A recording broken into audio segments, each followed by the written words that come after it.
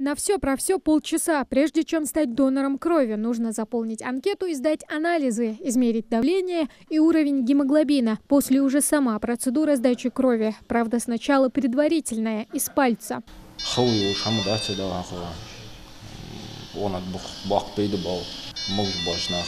Стать донором могут те, у кого нет серьезных хронических заболеваний. Отдать 450 миллилитров красной жидкости решили сегодня работники культуры. Кто-то из них уже давно стал почетным донором региона, а кто-то только делает первые шаги к этому. К примеру, Залина Ильянова, министр культуры. Мы, конечно, не ожидали, что примет такой отклик у наших сотрудников, потому что все с таким хорошим настроением, с радостью пришли сегодня и сдают кровь. А то, что делать доброе дело, это всегда гораздо приятнее, чем все остальное.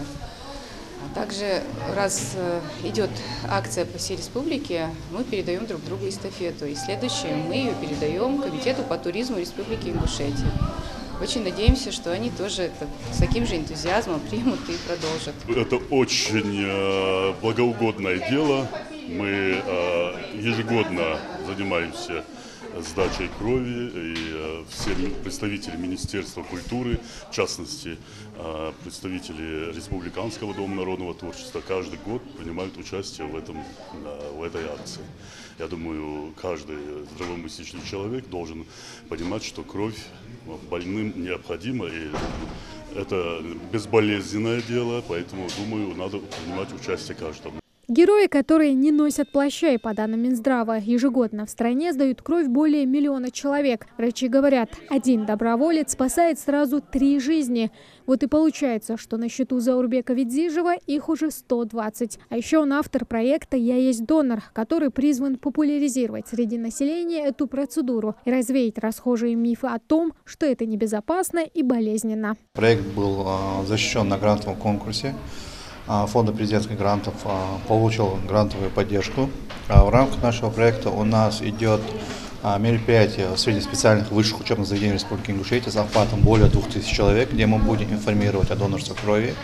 В рамках него у нас есть ряд мероприятий, которые называются «Марафон донора». Это по сдаче крови.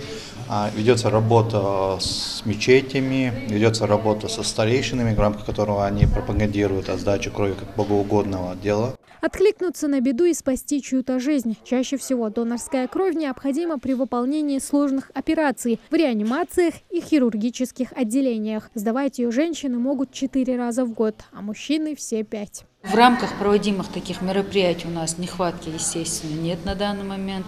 Нам очень помогают такие мероприятия, как в сфере популяризации самого донорства крови в нашем регионе, так и в пополнении запасов банка крови и выдачи компонентов крови для наших больных. Поэтому такая работа достаточно плодотворна и результативна в плане оказания медицинской помощи. Тем, кто желает сдать кровь, не обязательно ждать старта благотворительной акции. Достаточно взять паспорт и обратиться в республиканскую станцию переливания крови в любое удобное для него время. Тамара Хашагульгова, Рамзан Зурабов, Новости 24.